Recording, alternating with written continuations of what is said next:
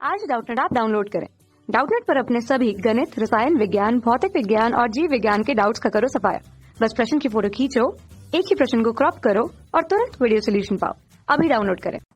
Hello दोस्तों, प्रश्न है अभिक्रिया की आणविकता तथा कोटि में क्या अंतर है, एक उदाहरण देकर स्पष्ट कीजिए। ठीक है, तो इस प्रश्न में हमें क्या करना है कि आणविकता और कोटि में अंतर स्पष्ट करना है एक उदाहरण के द्वारा।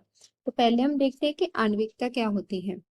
किसी भी अभिक्रिया की आणविकता उसमें भाग लेने वाले अणुओं की अथवा परमाणुओं की अथवा आयनों की संख्या होती है। ठीक है, जिसे हम इस प्रकार परिभाषित करते हैं, परमाणुओं, अणुओं अथवा आयनों की वह संख्या जो एक दूसरे के साथ टक्कर के द्वारा उत्पाद में बदल जाते हैं उसे अभिक्रिया की आणविकता कहते हैं।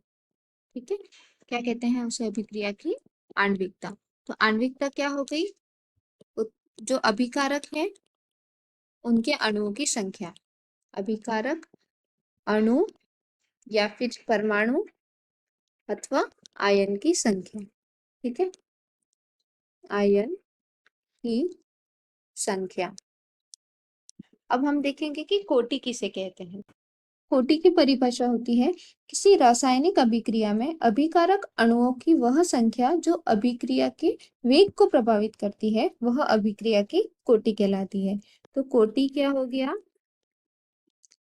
अभिकारक की संख्या, अभिकारक की संख्या जो क्या करेगी? अभिक्रिया के वेग दर को प्रभावित करेगी,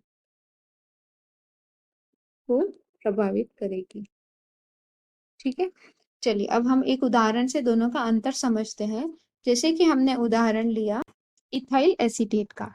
इथाइल एसीटेट का सूत्र होता है CH3COO C2H5।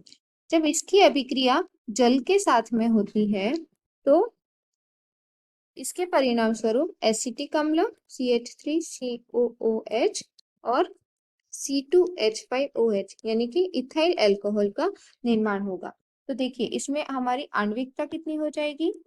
आणविकता, यहाँ पे दो अणु दिख रहे हैं, हमें दो अणु भाग ले रहे हैं इसलिए इसकी आणविकता हो जाएगी 2।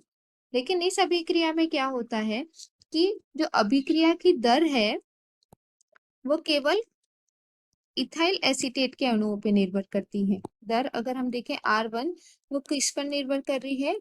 केवल इथाइल एसीटेट के अणुओं पर ही निर्भर करती है, जो कि है 1, और यह जल पर निर्भर नहीं करती है। तो इसलिए इसकी कोटि कितनी हो जाएगी? बराबर 1, और ये कहलाएगी प्रथम कोटि की अभिक्रिया। ठीक है, तो इस तरह से हम अंतर समझ सकते हैं कि ये अभिक्रिया तो एक ही है लेकिन इसकी आणविकता 2 हो गई, लेकिन कोटि क्या हो गई? 1। तो चलिए हम देखते हैं अब एक टेबल के द्वारा कि आणविकता और कोटि में क्या अंतर है।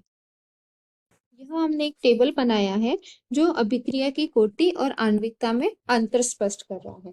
चलिए पहला अंतर क्या है? यह प्रायोगिक मान है, मतलब कि इसे हम प्रयोग के द्वारा प्राप्त कर सकते हैं, और आणविकता सिद्धांतिक मान है जो कि हमें अभिक्रिया को देख के पता चलता है। जैसे कि हमने यहाँ पे देखा इस अभिक्रिया में यह 2 अणु है, इसकी आणविकता 2 है, वह हम देखकर पता लगा सकते हैं, लेकिन इसकी कोटि 1 है, वह हम प्रयोग द्वारा पता लगा सकते हैं।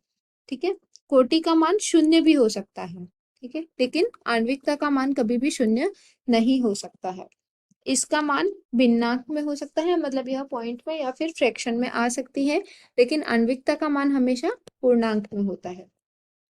कोटि प्रयोग द्वारा निर्धारित वेग समीकरण में सांद्रता पदों के घातों का योग कोटि कहलाता है, जैसे कि हमने यहाँ पर देखा ये।